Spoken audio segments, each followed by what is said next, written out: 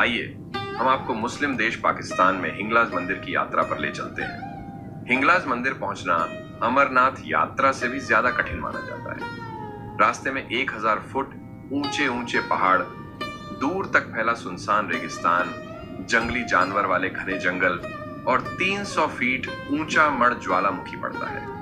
ऊपर से डाकुओं और आतंकियों का डर अलग से। पाकिस्तान हिंदू सेवा के प्रेसिडेंट संजेश धंजा के मुताबिक सुरक्षा के नाम पर ना कोई पाकिस्तानी रेंजर रहता है और ना ही कोई पर्सनल सिक्योरिटी। इस जगह लोग 30 से 40 लोगों का ग्रुप बनाकर ही जाते हैं। अकेले मंदिर की यात्रा करना मना है। यात्री 4 पड़ाव और 55 किलोमीटर की पैदल यात्रा करके हिंगलाज पहुंचते हैं। 2007 में चीन द्वारा रोड बनवाने से पहले तक हिंगलाज पहुंचने के लिए 200 किलोमीटर पैदल चलना होता था। इसमें 2 से 3 महीने तक लग जाते थे। हर साल पड़ने वाले 2 नवरात्रों में यहाँ सबसे ज्यादा भीड़ होती है। इस समय करीब 10 से 25 हजार भक्त हर दिन हिंगलाज माता के दर्शन के लिए यहाँ आते हैं। इनमें अमेरिका, ब्रिटेन, इंडिया और पाकिस्तान जैसे देश प्रमुख हैं। किरथार पहाड़ों की तलहटी में स्थित हिंगलाज मंदिर आजादी से पहले भारत में ही था। आज हम बात करने जा रहे हैं पाकिस्तान में स्थित हिंगलाज माता मंदिर। आइए जानते हैं इसका पीछे का इतिहास के बारे में। पाकिस्तान में है हिंगलाज शक्तिपीठ। माता हिंगलाज का सिद्ध शक्तिपीठ है। इसे 51 शक्तिपीठ में पहला स्थान प्राप्त है। हिंगलाज माता मंदिर पाकिस्तान के बलूचिस्तान प्रांत के हिंगोल नदी के किनारे अघोर पर्वत पर स्थित है।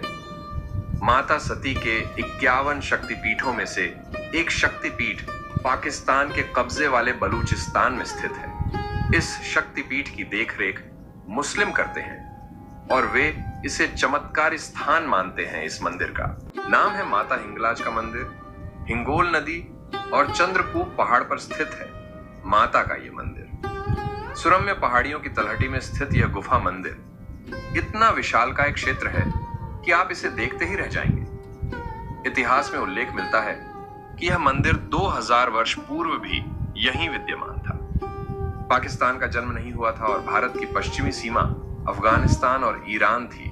उस समय हिंगलाज तीर्थ हिंदुओं का प्रमुख तीर्थ तो था ही, बलूचिस्तान के मुसलमान भी हिंगला देवी की पूजा करते थे। उन्हें नानी कहकर मुसलमान भी लाल कपड़ा, अगरबत्ती, मोमबत्ती, इत्र, फल फूल और सिरनी चढ़ाते थे। हिंगलाज शक्तिपीठ हिंदुओं और मुसलमानों का संयुक्त महातीर्थ था।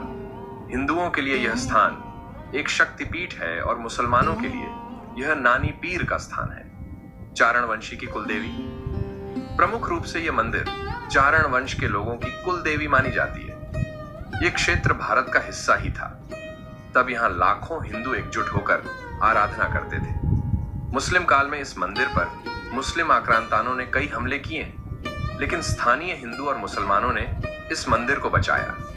कहते हैं कि जब यह हिस्सा भारत के हाथों से जाता रहा, तब कुछ आतंकवादियों ने इस मंदिर को क्षति पहुंचाने का प्रयास किया था, लेकिन वे सभी के सभी हवा में लटके गए थे। इस सिद्ध पीठ की यात्रा के लिए 2 मार्ग हैं, एक पहाड़ी तथा दूसरा मरुस्थली। यात्री जत्था कराची से चलकर लसबेल पहुंचता है और फिर लैयारी। कराची से 6-7 मील चलकर हाव नदी पड़ती है। यहीं से हिंगलाज की यात्रा शुरू होती है। यहीं शपथ ग्रहण की क्रिया संपन्न होती है। यहीं पर लौटने तक की अवधि तक के लिए संन्यास ग्रहण किया जाता है। यहीं पर छड़ी का पूजन होता है और यहीं पर रात में विश्राम करके प्रातःकाल हिंगलाज माता की जय बोलकर मरु तीर्थ की यात्रा प्रारंभ की जाती है।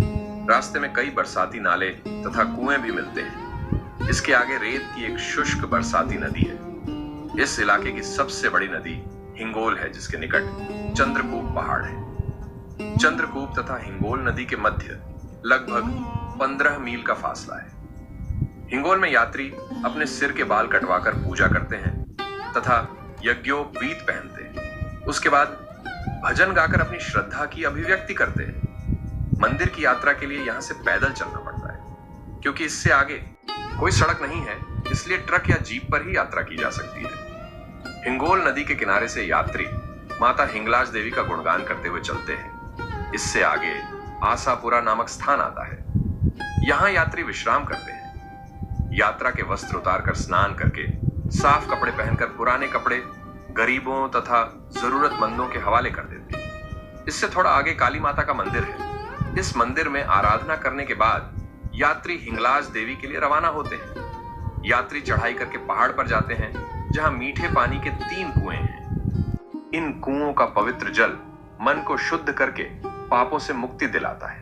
बस इसके आगे पास ही माता का मंदिर है। पौराणिक कथाओं के मुताबिक भगवान शिव के क्रोध को शांत करने के लिए भगवान विष्णु ने सुदर्शन चक्र से माता सती के शरीर के टुकड़े कर दिए थे। मान्यता है कि उस समय हिंगलाज में माता सती का सिर गिरा था। इसीलिए हिंगलाज को देवी सती के 51 शक्तिपीठों में से एक माना जाता है। यह मंदिर हिंदुओं और मुसलमानों दोनों का संयुक्त तीर्थ है।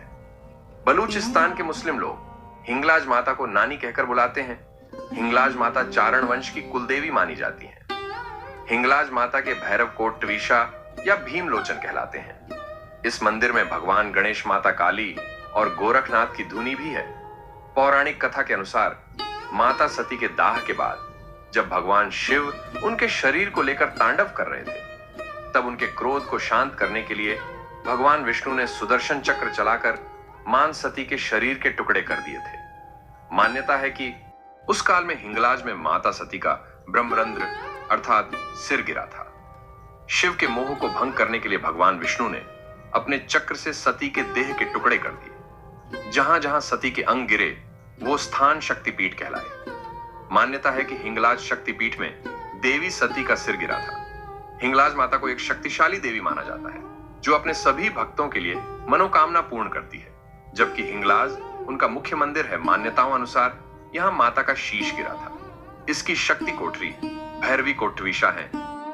इस मंदिर से जुड़ी एक और मान्यता प्राप्त है।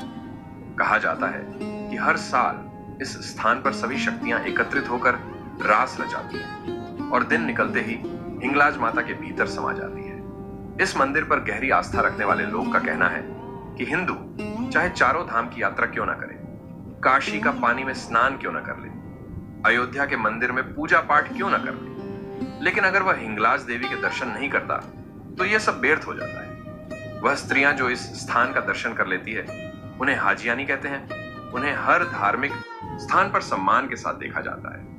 एक बार यहां माता ने प्रकट होकर वरदान दिया कि जो भक्त मेरा चलू चलेगा उसकी हर मनोकामना पूरी होगी। चलू एक प्रकार का अंगारों का बड़ा होता है जिसे मंदिर के बाहर 10 फीट लंबा बनाया जाता है और उसे धधकते हुए अंगारों से भरा जाता है, जिस पर मन्नतधारी चलकर मंदिर में पहुंचते हैं। और यह माता का चमत्कार ही है कि मन्नतधारी को जरा भी पीड़ा नहीं होती है और ना ही शरीर को किसी प्रकार का नुकसान होता है, लेकिन आपकी मन्नत जरूर पूरी होती है। हालांकि आजकल यह परंपरा नहीं है। आज के लिए इतना ही दोस्तों। आपका दिन शुभ रहे। धन्यवाद।